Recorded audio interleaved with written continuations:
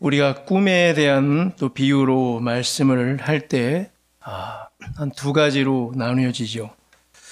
이거 정말 꿈이었으면 좋겠다. 이건 어떤 뉘앙스죠? 지금 끔찍한 일이 벌어진 거죠. 이거 꿈이었으면 좋겠다. 겪고 있는 현실이 너무나 아프고 싫고 괴롭고 끔찍하고 힘들단 말이에요. 빨리 지나갔으면 좋겠다. 빨리 끝났으면 좋겠다라는 표현입니다. 자, 이런 반응은 기독교적 반응이라 할 수 없죠.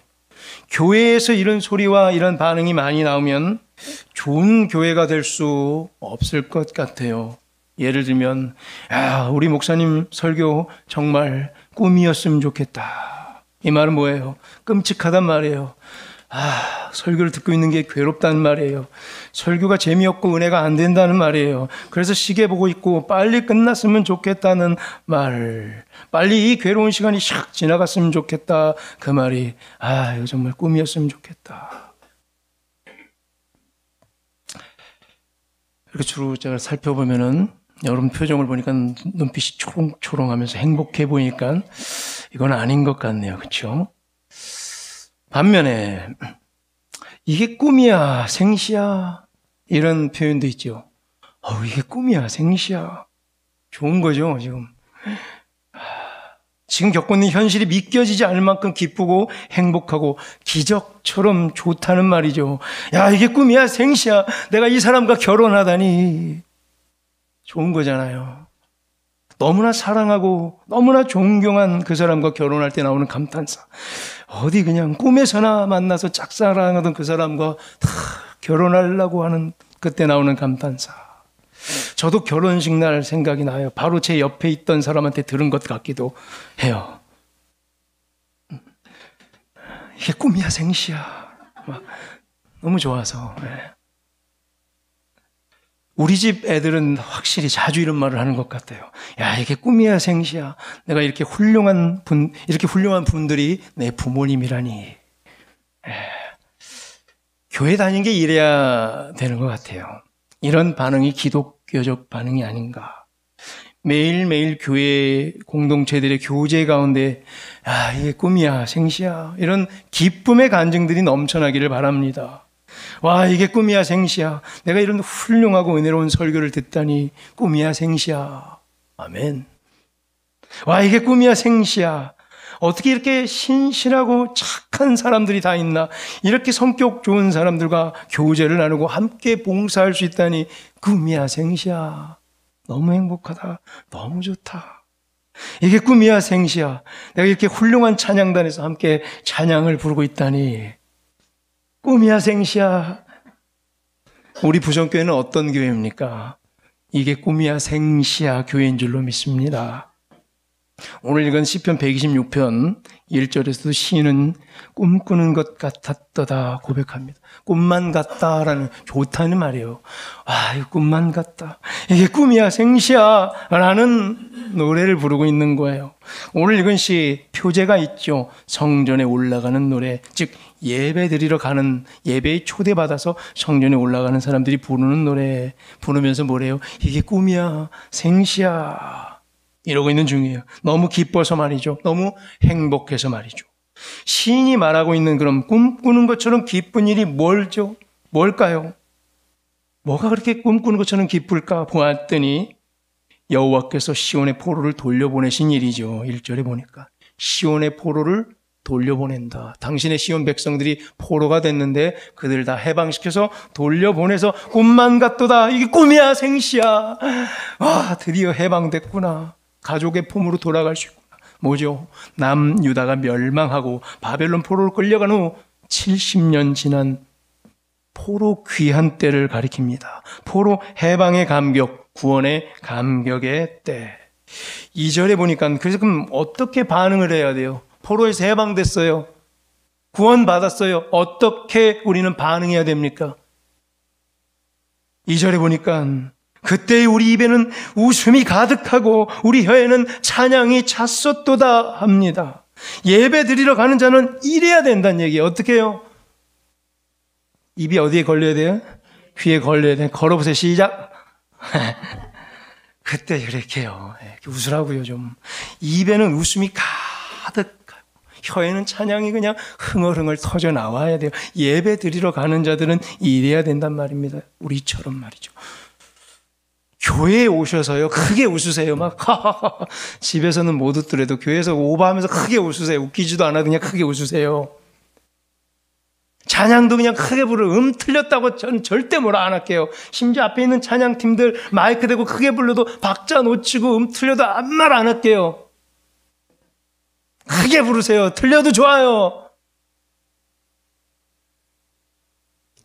그런 은혜가 개인의 신앙생활에서 넘쳐나기를 간절히 축원합니다. 우리 교회에 일하러 나와요? 아니에요. 우리 교회는요, 구원 받으러 나오는 거예요, 사실. 교회는요, 은혜 받으러 나오는 게 맞아요. 진짜 그럼 은혜 받고 구원 받은 자들의 특징은 기쁨이 가득하다는 거예요. 진짜 구원 받으면 기쁨이 가득할 수밖에 없는 거예요. 구원의 감격이 가득하고 구원의 기쁨이 충만하면 또 일하지 않을 수 없게 되는 거예요. 저절로, 자발적으로. 억지로 일하는 게 아니라, 일하기 위해서 교회 나오는 게 아니라 구원받기 위해서, 은혜 받기 위해서 나왔다가 너무 그 은혜가 감동돼서 기쁨이 넘쳐 흐르면 자발적으로 일하세요.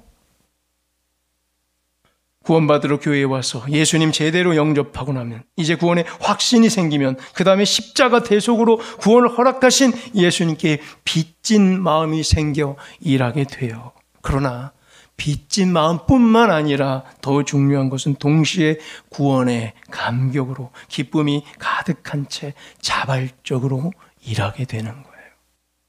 가끔 그리스도인들 중에는 웃음도 인색하고 농담이라고는 전혀 받아 넘길 줄 모르는 이들이 가끔 있어요. 도무지 웃는 모습을 본 적이 없고, 그래서 분위기를 좀 바꿔보려고, 살려보려고 농담을 한마디 건네면 오히려 화를 내요. 너무나 엄격하고 항상 진지해요. 자주 인상을 다 굳게 쓰고 있고 심각한 표정을 달고 살아요. 그 즐겁게 그래서 웃는 사람들 좀 미안할 정도로 괜히.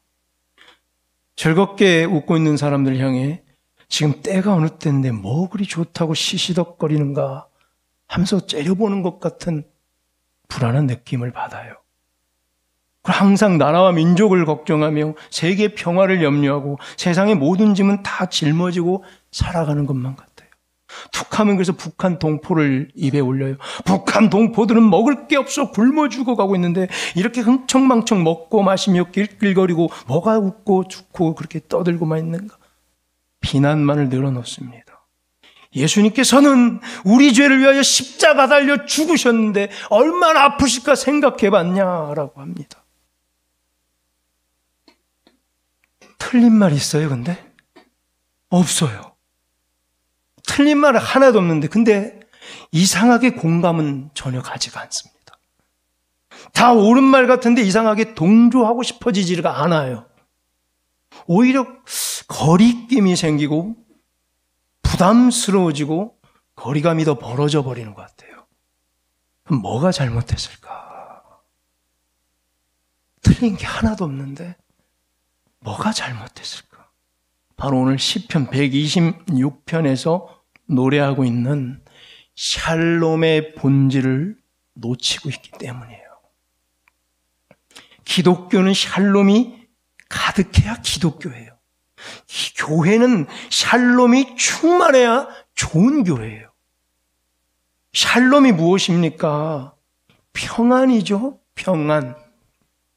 어떻게 생긴 평안이냐면 원래부터 있었던 평안이 아니라 누군가 비싼 값을 대신 치러내서 얻어낸 평안이에요.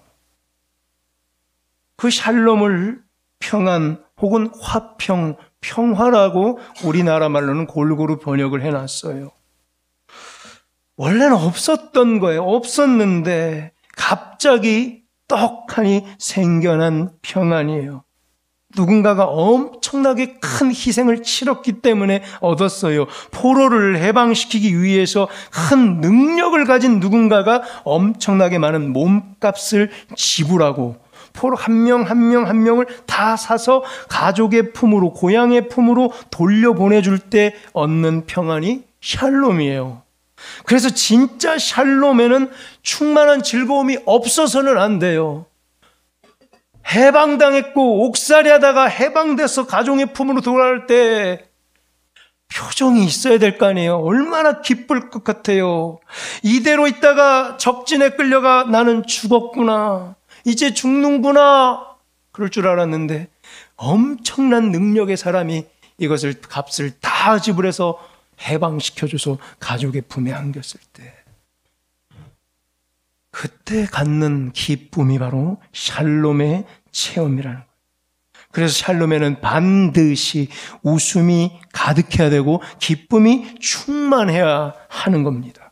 기독교는 샬롬이 가득해야 되며 교회는 샬롬이 충만해야 돼요. 기독교는 샬롬의 종교예요. 진정한 샬롬을 누리는 자는 포로로 갇혀 있을 때처럼 두려움과 근심이 가득한 표정을 버려야 합니다. 포로의 옥살이를 하고 있을 때 표정, 두려움과 공포와 아픔과 걱정과 근심과 찌푸림과 오만 가지, 이 상을 다 쓰고 있어서는 안 되는 거예요. 왜요? 해방됐다니까요. 온 우주와 나라와 민족의 고민을 마치 혼자 다 짊어지고 간다는 진지함과 예수님의 선교 명령의 사명을 혼자 다 지고 전도해야겠다는 근엄함, 이것도 절대 샬롬보다 앞서서는 안 돼요. 먼저 샬롬 앞에 서서 잠시 멈춰 서시고 웃으세요. 그리고 나서 전도를 하든지 구제를 하든지.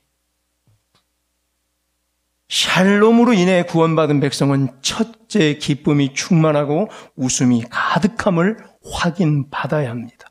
그 다음에 섬기러 가고 전도하고 구제하고 복음을 전하러 가야 맞아요. 이 순서가 바뀐다면 섬김과 전도와 구제와 선교의 진정성을 분명히 의심받게 됩니다. 예를 들어 볼까요? 한 선교사님이 해외 현지로 파송받아 막 도착했어요. 그런데 거룩한 사명감에 빠졌죠. 동시에 거룩한 부담감에 빠져 있는 채, 그리고 빚진 마음, 주여 빚진 마음만 가득한 나머지 매일매일 진지하고 근엄하고 무거운 표정을 짓고만 살아가고 있다면 그 어느 현지인들이 그가 믿는 복음이 좋다고 다가오겠습니까? 복음, good news예요. The good news, 좋은 소식. 이게 뭐가 가스펠 복음이에요. 좋은 소식. 얼굴 표정 보면 하나도 안 좋아 보이더만. 그 선교사가 무섭고 거북해서 다가오지도 않을 것이고, 그러한 무겁고 진지하고 화난 표정으로 예수님이 당신을 사랑합니다, 이렇게 말하면 어떡해요? 진절이 나서 도망갈 거예요. 유진 피터슨 목사는 이렇게까지 강조합니다.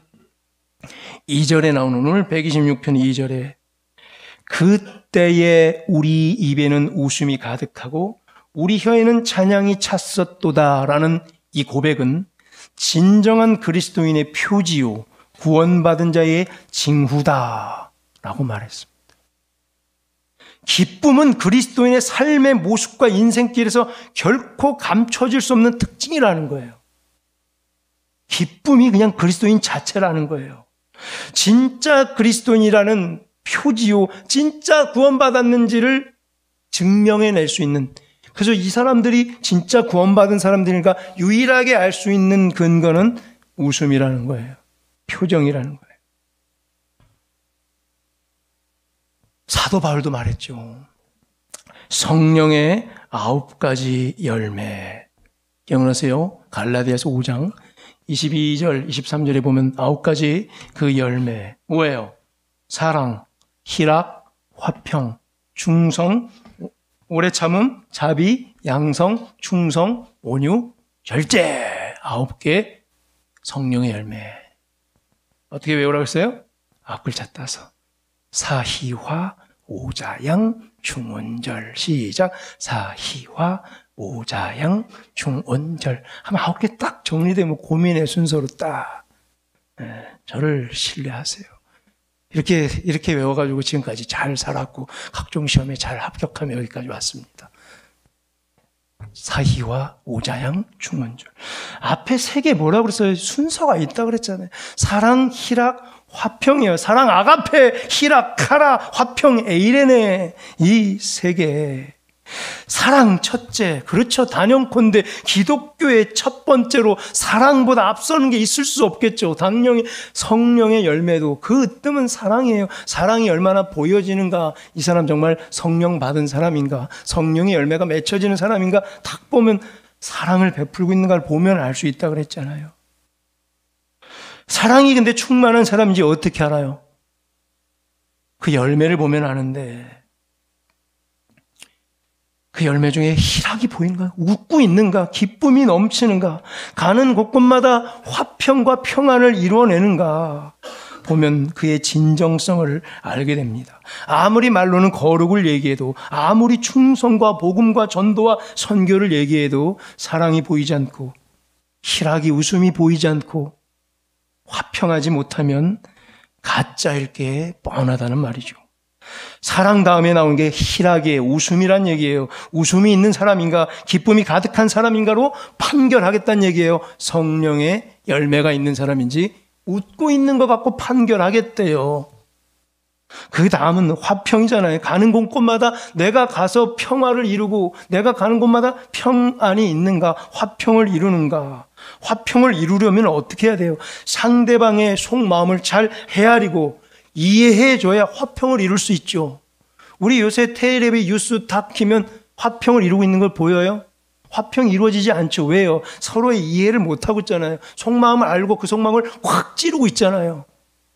화평을 이룰 수가 없는 거예요. 그래서 속마음을 헤아리세요. 그 다음 헤아렸으면 이해해 주세요. 헤아린 것 같고 요거 꼬투리 잡았네 공격하자 하지 마시고 속마음이 보이잖아요. 이해해 주세요. 그럴 수 있겠지. 이유가 있겠지. 세 번째 성령의 열매인 이 화평, 에이레네, 이게 바로 샬롬이에요. 구약말로 샬롬, 신약으로 에이레네. 화평, 평안, 평화, 우리 이렇게 번역된 거. 샬롬이래요. 한마디로 세 번째 성령의 열매가 샬롬인데, 이 샬롬은 뭐예요? 몸값이라고 그랬잖아요. 몸값이라고 했는데 조그만 몸값이 아니라 액수가 너무나 큰 몸값을 말해요. 화평을 이루려면 뭐란 얘기예요? 누군가는 큰 몸값을 치러야 화평이 이루어진다는 얘기죠. 화평을 이루려면 누군가 크게 먼저 양보를 해야, 희생을 치러야 화평이, 평안이 이루어져요. 한 부부가 결혼해서 약 20년째, 30년째 화평을 유지한 채 잘 살고 있다면 분명히 뭐라고 그랬어요? 둘 중에 하나, 남편 아니면 아내, 둘 중에 하나는 엄청나게 큰 샬롬을 지불하고 참고 있기 때문에 그 부부가 아직도 안 갈라서고 잘 살고 있다는 얘기예요. 분명히 누군가 하나는 엄청 희생하고 있을 거예요. 다들 고개를 끄덕끄덕거려요. 그렇지, 내가 엄청 지금 희생하고 있지. 그렇게 하면 거꾸로 생각하대요.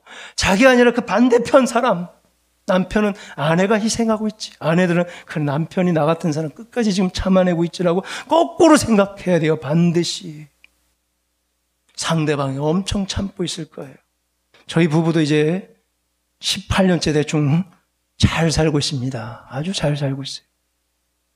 저는 제가 아주 많이 참고 있다고 생각하는데, 제가 아니라면 분명 누군가는 엄청 지금 참고 있을 거예요.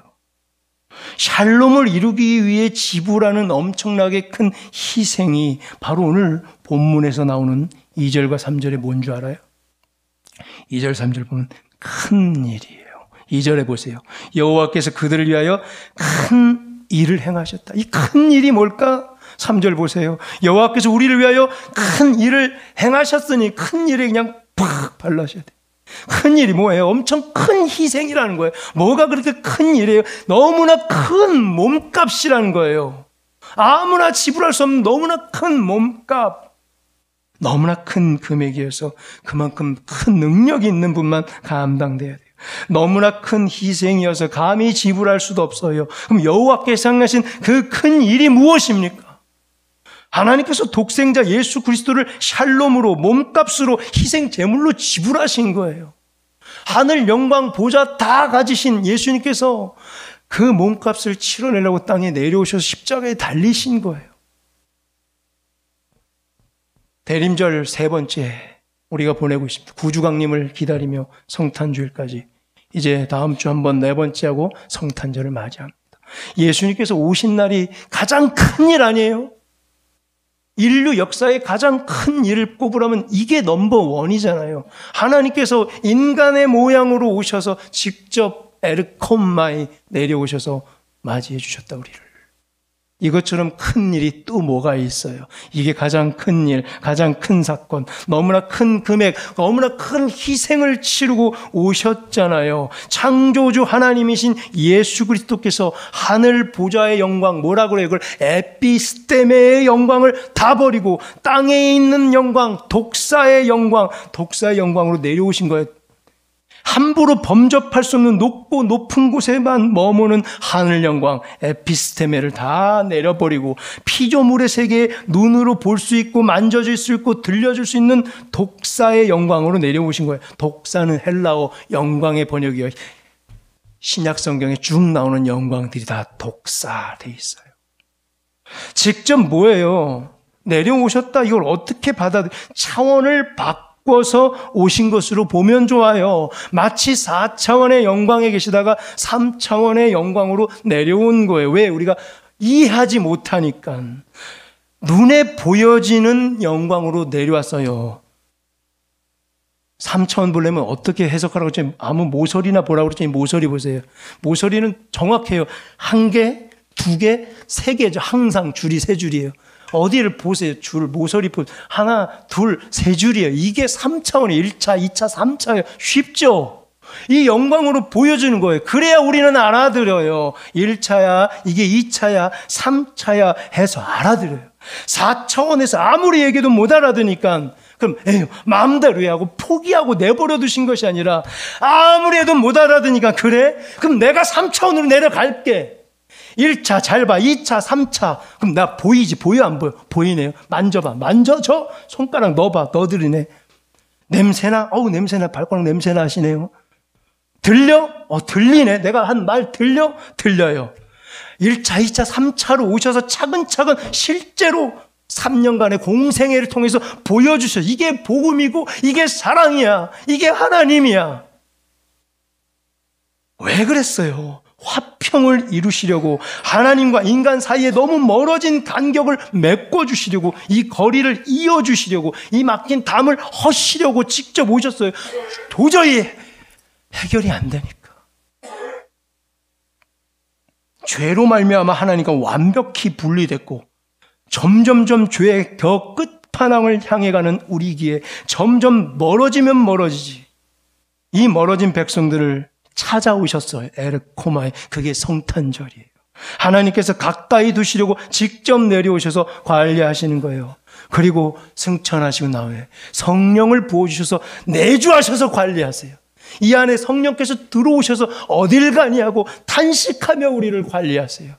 그게 임마누엘이 하나님이 우리와 영원토록 항상 함께 하실지어다. 임마누엘. 그래서 하나님의 구원받은 백성들하고 하나님의 그래서 경영에 마음껏 동참하여 쓰임받도록 하기 위해서 직접 오셨잖아요. 이게 바로 큰 일이에요. 이렇게 큰 일을 행하셨으니 우리는 뭐 해야 되는 거예요? 우리는 피조물들은 우리는 기쁘도다. 이렇게 큰 일, 큰 값어치, 큰 랜섬, 큰 몸값을 치르고 우리를 해방시켜서 샬롬으로 만들었기에 구원시켰기에 가만히 있을 수가 없어요. 그래서 우스란 얘기예요. 오만 가지 세상 모든 걱정 근심 다 갖고 북극곰은 누가 책임지나, 밀림 속의 오랑우탄은 누가 책임지나, 나라와 민족은 누가 살리나, 세계 평화와 통일은 누가 하나 고민하지 마시고 웃으세요.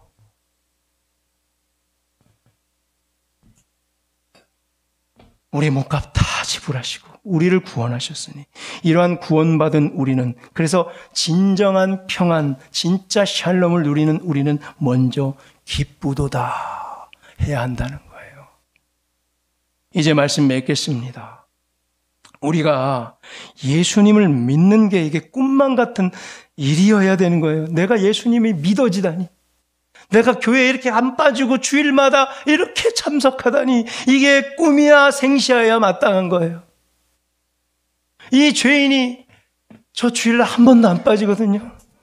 대단하잖아요. 우리 어머니가 이랬다고 그러잖아요. 교회 안 가니? 교회 안 가.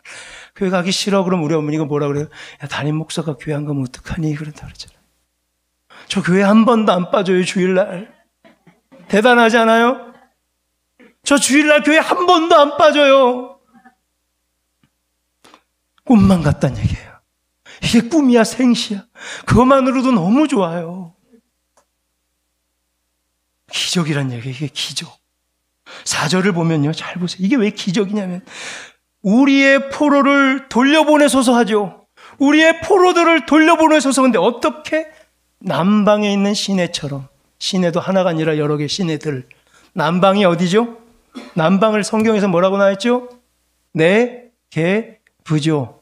원래 네게브예요. 네게브라는 땅 이름이에요. 네게브라는 땅, 남방이라는 땅, 그 땅에 네게브 뜻이 뭐라고 그랬어요? 쩍쩍 말라 비틀어져 갈라지다. 말라 비틀어서 쩍쩍 갈라지다가 네게브예요. 그럼 말라 비틀어 쩍쩍 갈라진 네게브 땅에 시냇물 있어요, 없어요? 논식구 찾아봐도 없어요. 근데 거기에요? 시내들.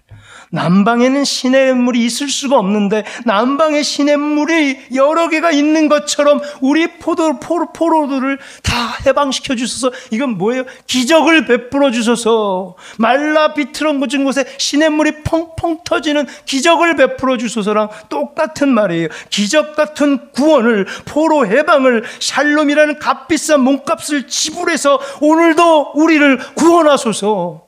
이 간절한 소망인 거예요. 우리도 화평을 이루어야죠. 자, 여기까지 말씀을 묵상하면 우리는 어떤 생각 들어요? 우리 예수님께서 이렇게 큰 몸값을 다 치르셨고, 그래서 치를 수 있는 분은 천지의 창조주만큼 큰 사람, 큰 힘을 가진 자만 그 몸값을 치를 수가 있어요. 샬롬을 말이죠. 그리고 우리를 구원해 내셨어요. 그래서 우리가 화평을 이뤘어요. 웃을 수 있어요. 샬롬을 얻었기 때문에. 그럼 우린 뭐 해야 돼요? 갑자기 이 시 5절 6절이 뜬금없죠. 126편 여러분 여러 번 읽어보셨겠지만 1절에서 4절까지는 연결이 잘 돼요. 근데 갑자기 5절 6절 뜬금이 없어요. 뭐 어쩌란 얘기예요. 왜 갑자기 눈물 흘리며 씨를 뿌리고 곡식단을 거두리더라. 이게 무슨 말인가 이해를 못한 채 우리가 많이 넘어갔어요. 뭐야 그럼? 우리 보고 씨를 뿌리래요. 눈물에 씨를 뿌리래요. 우리가 뿌릴 수 있는 게 뭐예요 그럼? 큰 일, 하나님께서는 이렇게 큰 일을 행하셨어요. 예수 그리스도를 보내시면서 모든 몸값을 다 치러서 굉장히 비싼 몸값. 그럼 우리 보고도 뿌려보래요. 그럼 우리 뿌릴 수 있는 게 뭐가 있어요? 근데 우리도 뿌리래요. 몸값으로 뭔가를 뿌리래요. 눈물의 씨를 뿌리래요. 화평을 이루어내기 위해서 나도 한번 참아보래요. 내가 하고 싶은 말 좀 참으래요. 너도 좀 희생하래요. 이거 안 하고 싶은데 와서 해보래요. 진짜 웃을 수 있는 사람들, 구원의 확신을 갖고 샬롬을 체험한 자들은 웃을 수 있고 찬양이 울려 퍼질 수 있지만, 그리고 일을 할 수 있다고 그랬어요. 빚진 마음으로 일하는 게 아니라 기뻐하는 마음으로 와서 일을 할 수 있는 거예요. 우리가 할 수 있는 눈물의 씨 뭐가 있어요?